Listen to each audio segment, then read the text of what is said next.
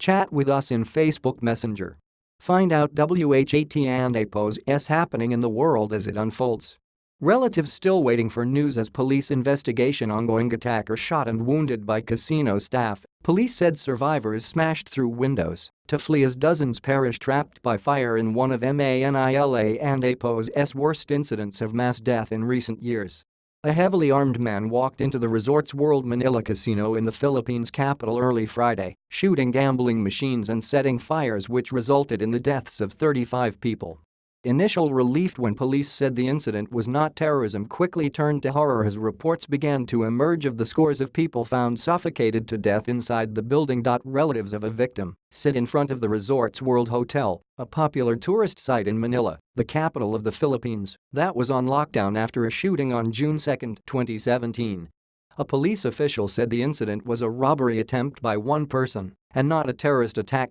Firemen break a glass window of the Resorts World Hotel following the assault. Smoke rises from the resort complex, which has an array of hotels, restaurants and bars. Police take positions outside the resort. A victim is stretchered away from the scene. It was not immediately clear how many people were hurt in the attack, which started around midnight on Thursday, June 1. Stephen Riley, the RESORT and APO's chief operating officer, later told reporters that about 30 people were hurt and nobody was killed. CNN Philippines reported. A victim is helped at the resort. Georgina Alvarez, chief legal officer for Resorts World, choked up as she read the names of the dead to reporters and family waiting outside the casino. Of the 35 victims, 13 were employees of the casino and 22 were guests. Police have still yet to identify the bodies of 6 people, including 2 employees and 4 guests. Their bodies were found on the second floor of the building, spread across the casino area, the hallways and a bathroom, police said. They died due to suffocation from smoke when the suspect deliberately set fire to carpets and tables using gasoline he brought with him. The windows were locked. The injuries of survivors testified to the terror inside the casino. Many were hurt breaking windows and jumping from the second floor to escape the fire and smoke. On Facebook, Resort World employees shared photos of their deceased colleagues. It and APO's hard to believe that they have disappeared. One man commented on a widely shared collage of the victims. One of the dead was Elizabeth Panlilio Gonzalez, wife of Congressman Aurelio Dong Gonzalez, police confirmed.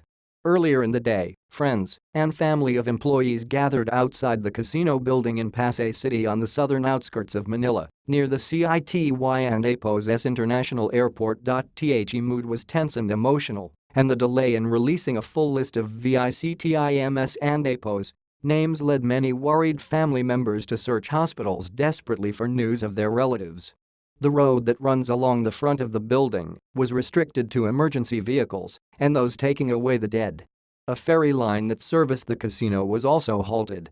Thomas Orbos, general manager of the Metro Manila Development Authority (MMDA), reminded people to be vigilant. He added the authority would instruct shopping malls and hotels to be stricter with their security and that protocols around incidents such as this would be reviewed. Heightened security checks were already in place for the main metro line that served Pasay City. Police insisted the attack was not related to terrorism, despite ongoing conflict with ISIS-linked forces in the COUNTRY and APO's south. The incident brings back memories of twin disasters that shook Manila in recent years, both accidental and deliberate. In 2015, a fire in a footwear factory in a suburb of the Philippine capital killed 72 people. As in FRIDAY and APO's incident, many of the dead were killed when they became trapped on an upper floor of the building by the blaze, which began when sparks from welding work set alight chemicals in nearby containers. 5 years before that, a former Manila police officer held a busload of tourists from Hong Kong hostage. As the standoff unfolded live on television, Rolando Mendoza began killing hostages and Philippine SWAT officers stormed the bus. By the time the incident was over, 8 people were dead and many more injured.